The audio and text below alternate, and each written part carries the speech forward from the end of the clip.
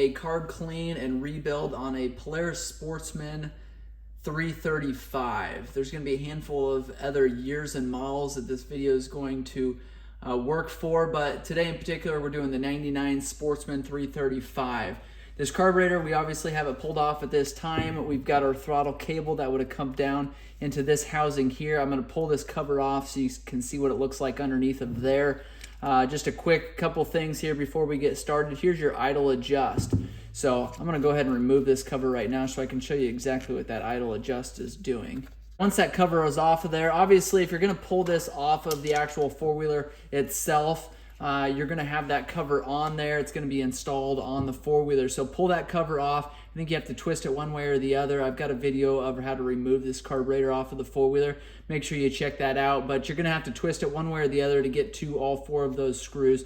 Pull those screws. Like I said, we've got a throttle cable that comes down through here, and it's going to be threaded into here. So what I like to do is actually take and open this up so our throttle cable is actually in that position, because what you're going to do is you're going to take either a pick or a small screwdriver, get in behind the cable, kind of work all the way around, and then you're going to pry it up out of that orifice or out of that area there. So that's how you remove the cable. Then you can just take and screw it completely up.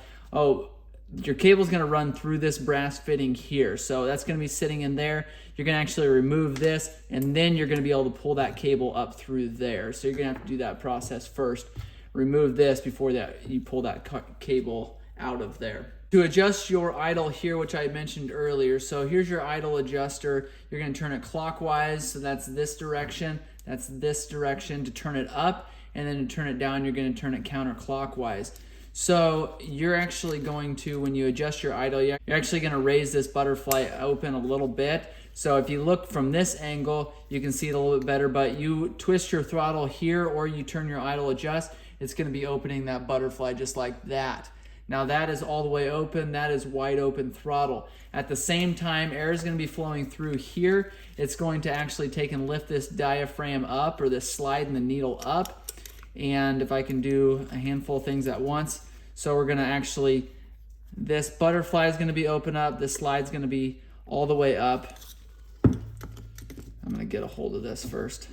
So butterfly is going to be completely open, slide is going to be completely open like that. You're going to have fuel flowing up through your main jet into your venturi, your carburetor, and then into your engine of your four-wheeler. So that's how you speed up and slow down.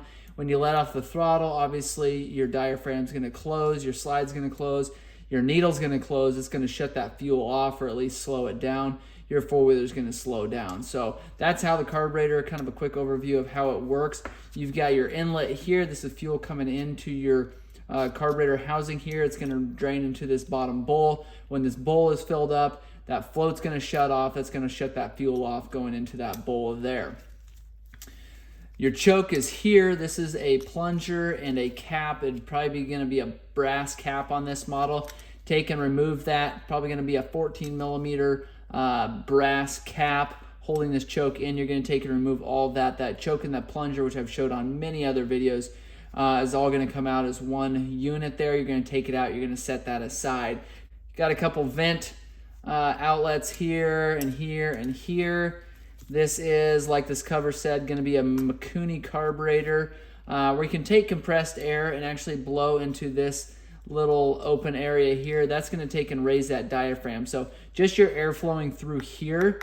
This area is not going to raise this diaphragm in this slide. It's the air that's actually coming into here that goes up, creates a suction in your diaphragm area. That's going to lift that up. Therefore, if you've got a bad diaphragm up here, your slide and your needle isn't going to open up. So just keep that in mind. If you've got a bad diaphragm, you're going to want to replace that, because you're going to be starving your four-wheeler for fuel and air, because this isn't going to be going up far enough. Your four-wheeler's not going to run right. So to pull the bottom bowl of your carburetor off at this time, it's 4 Phillips screws.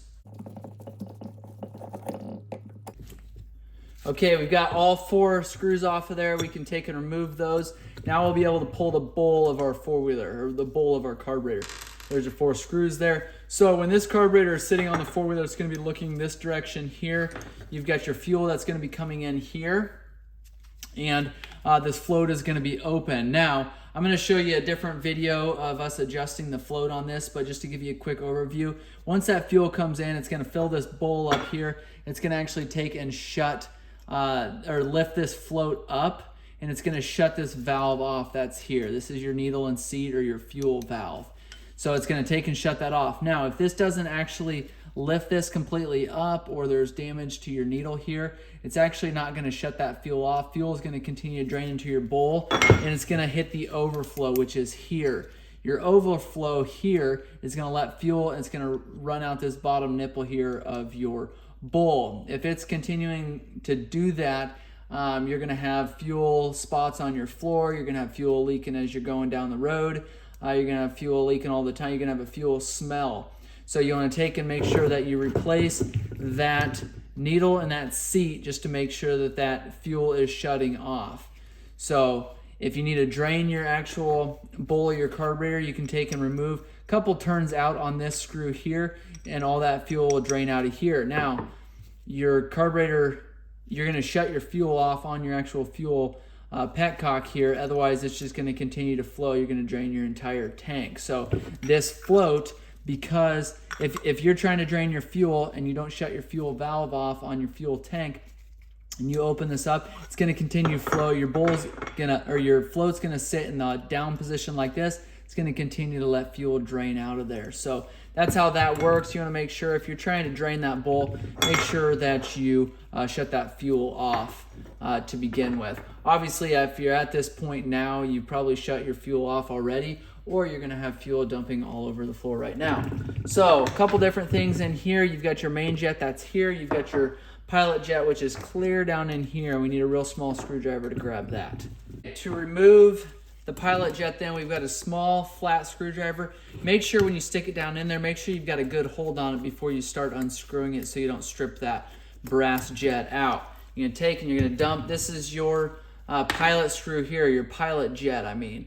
So it's a real small orifice. You want to take and make sure you can see through that hole there. Make sure you can see daylight out the other side. If you don't, you're going to, your four-wheeler is not going to idle correctly. It's not going to run properly. So make sure that you can see through that orifice there.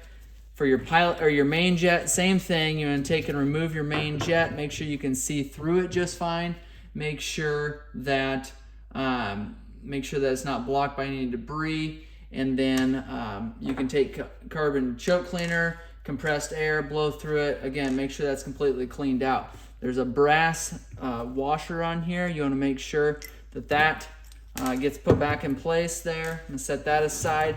Now, the next thing you want to be real careful is, because these posts are very, very soft. This is aluminum, and these break very easily. So to get this pin out, a lot of times what I'll do on this model, for whatever reason, they got to push that pin all the way through. You don't actually have to push it that far, and you got to be very careful when you're doing that. So I've actually taken, set it between, I've set this carburetor in between a vise. So you're going to leave a gap in between your two areas there on your vise. You can take and tap on that with a pick and just tap it out just like that. What you don't want to do is take a pick, just leave it right here, and take and slam on it like that, because what's going to happen is, so you probably can't see that, but you don't want to take a hammer and a pick here and just take and slam on it just like that, because you're going to break this post off of there. So just be really careful when you're doing this, that you don't break those posts. It's a very, very bad thing. It's very expensive. So they don't need to be super tight in there. You don't need to shove it all the way in.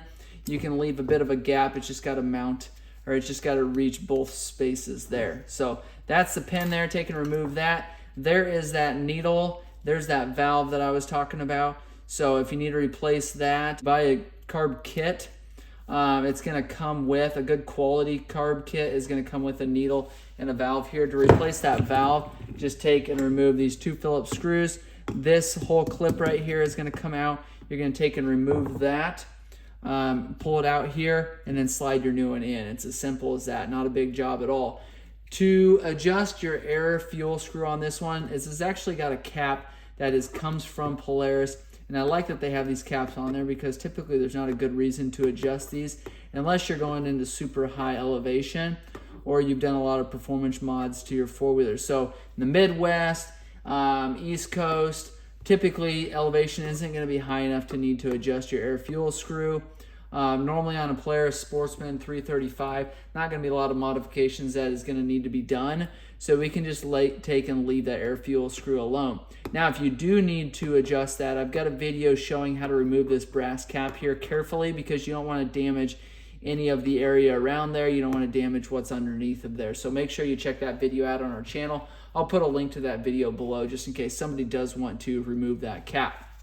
Okay, going to the top here. I'm going to set the stuff aside here so we don't get that mixed up. We've got 4 Phillips screws on the top cap here. I like to take and put pressure, put my finger over top of there at all times while removing those, because it is spring loaded. Probably not going to poke an eye out, probably not going to go flying across the room, but you want to make sure that you've got control of these pieces when this cap does come off, because like I said, there's a spring underneath of here. If you just take and let this thing go, you're probably going to have some screws drop on the floor or something.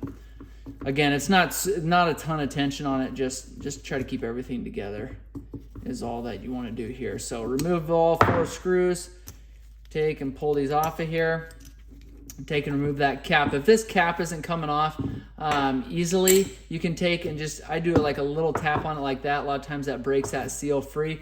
Again, what you don't want to do is take and slam it like that. I've seen a lot of people break these posts off here, and then you're screwed, because you want this completely airtight. So cap is off, spring is here. We can get our finger underneath here, push up on that. It's going to push that slide up. It's going to push that diaphragm. If that diaphragm is sealed onto this carburetor, just be really careful when you do that so you don't rip that diaphragm. That's a bad day right there. You've got another air pilot down here. That's a different size. You want to make sure you've got the right size there. I don't know if you can see my pen in here. Nope, you can't. But this is where your actual plunger slides down into, so maybe you can see a screwdriver.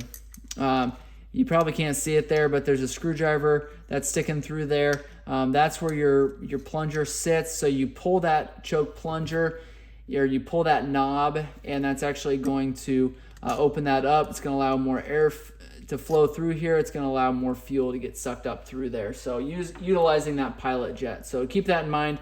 That is where that plunger sits. Going back together then, take and put this slide. This slide can go either way. There is a tab right here that you want to make sure goes in the right place. So I take and set that diaphragm down just like that. You can see where that tab's going to go. It's going to go right there. And then you take and put this down. I like to have these setting up like this because you want your needle to sit right down inside of that groove there. So keep that in mind. Take and set that down in there. I keep my finger over top of, or underneath of that diaphragm or that slide, so that it doesn't push all the way down. If it pushes down, a lot of times that'll take and actually crumple up that diaphragm. It'll slide out of the groove there. This time it didn't, but a lot of times it does. So got our screws there handy. Stick your spring down there. You want to make sure your spring is sitting on that post there. It doesn't really matter where this cap sits because they all have little bump outs for that piece there. So again, it doesn't really matter. Make sure your spring sits on that tab. Slide that in over place there. You'll know when that seats properly. Everything will line up really well, and you don't want to have to force these screws in there. They're really small screws, really fine threaded, and they're going into an aluminum carburetor. Again, if you break these tabs off of there, it's a real bad day because these carburetors aren't cheap. If you guys need a carb kit or a carburetor rebuild, make sure you check out our eBay store or our website. We sell these carb kits on Amazon as well as eBay. Make sure you check those out, and our website as well. We'll have plenty of information about these carb kits, about complete carburetors, about used carburetors, new carburetors. So make sure you check us out on all those different platforms. All right, getting these screws tightened down here. Again, they don't really have to be super tight. That diaphragm works as a seal, so it kind of seals up that top area, so you don't have to go Hulk mode on these. They're super fine threads into aluminum. Do not go Hulk mode. Okay, it should seal up properly, and I'll show you a little test at the end here so you know that they are sealed up properly, because you don't want these to leak, but again, you also don't want to strip them out. More than likely, this carburetor is going to be gone through again at some point, in its life, and you don't want to have to bring out the drill and have to tap those out. So setting that up like that, we're going to go ahead and set the float on here. Make sure the needle sits down into that seat properly. Take your pin, slide it in here. I do believe it only goes one direction. So make sure that goes in the right direction, whatever direction that is. I'm gonna put a little bit of pressure, but again, don't go Hulk mode on it. All right, now we've got our main jet. Slide our brass washer on there, our main jet. We're gonna take and drop our pilot jet down in there. All of this can be sprayed with carbon choke cleaner. I like to do the carbon choke cleaner thing before I put the actual diaphragm in place, because you don't want to damage that diaphragm and that rubber, as well as these O-rings. So plastic, that can all be sprayed with carbon choke cleaner. Blow through it all with compressed air. Again, you just want to make sure that that those O-rings and that diaphragm does not get hit with carbon choke cleaner. Snug these up. These are brass, so make sure you don't over tighten them. Make sure you don't strip them off of there. Pins in, main jets in, pilot jets in. So we'll take and set this on top there. We'll run these 4 screws in there. We're just about finished up. I wanted to show you a quick test here as soon as I get these screws in, so that you know that your diaphragm's not leaking. If you guys have questions or comments, make sure and leave those below. We'd shoot a lot of our videos because of comments that are left, questions that you guys have. So those comments and questions are helpful to us. If you need more videos on the Polaris Sportsman 335 or other Polaris Sportsman, check out our channel, as again, we've got hundreds of videos on the Polaris models. A lot of them in this area. I work on them, and I'm able to shoot all kinds of videos on them. So if you've got something you want to see, go ahead and leave that in the comment section below. So these are all snugged up here. Now what you're going to do to test that diaphragm, make sure everything's seated properly, is actually take and compressed air, lightly blow into this area here, and this should come up. If it does not come up, then you've got an issue with your diaphragm. If it only comes up a little bit, you've got an issue with your diaphragm. So make sure you get that checked out before you install your carburetor completely. That way you know that it's in good condition. We've got a reinstall video on our YouTube channel. Make sure you check that out. If you guys got questions or comments, again, leave those below. Thank you for watching. Please hit that subscribe button so you're notified when we got more videos coming out. Thanks a lot.